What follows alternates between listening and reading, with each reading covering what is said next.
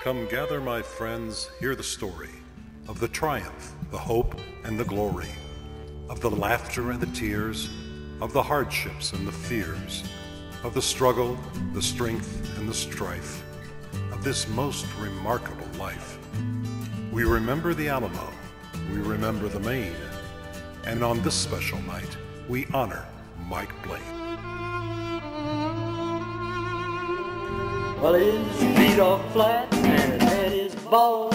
He won't leave you alone until your pledge card's been called. Everywhere you're looking, Mike's out there spreading the news. Well, now I just can't shake it. He gives me the Blobstein Blues. Born in Czechoslovakia back in 1928. He's been collecting checks ever since that day when he says buy some bombs. It's an offer you can't refuse. Well, he's the godfather of guilt. He'll give you the Blobstein Blues.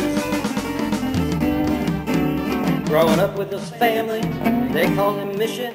Pretty soon they could see he was no little pisher. Yeah, he wore that yellow star when Hitler went after the Jews. Now Mike's a Holocaust survivor. He learned the Blobstein Blues.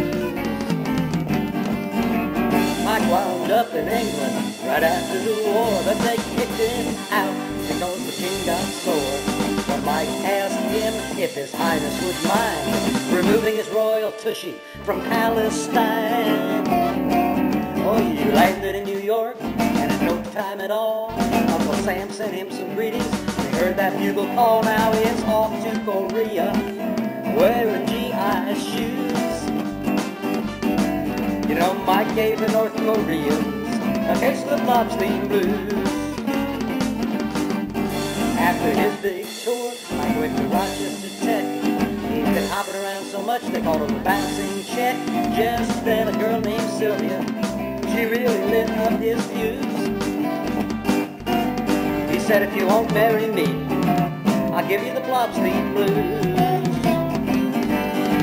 Their next stop was Cleveland, where Mike runs the presses, and Sylvia starts knitting those little pink baby dresses. But first comes Mark, and David, and Dan. Before you know it, Mike's a family man.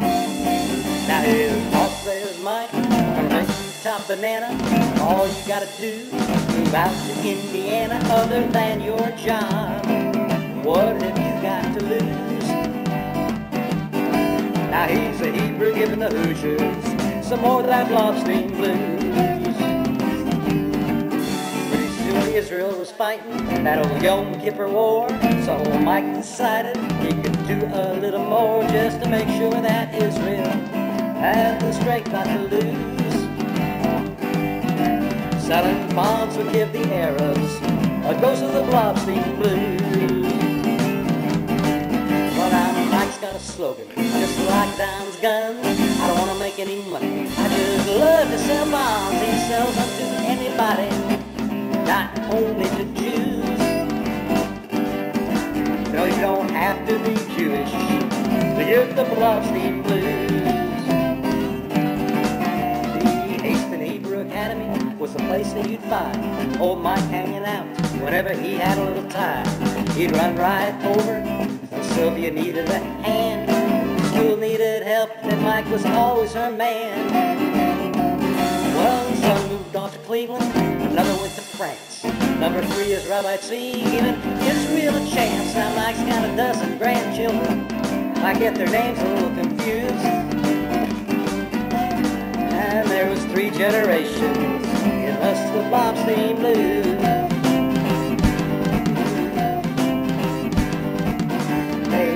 Great-grandparents back in 1999. So far they got 4, there may be more in time. They had a big 50 anniversary to Jerusalem, they did cruise.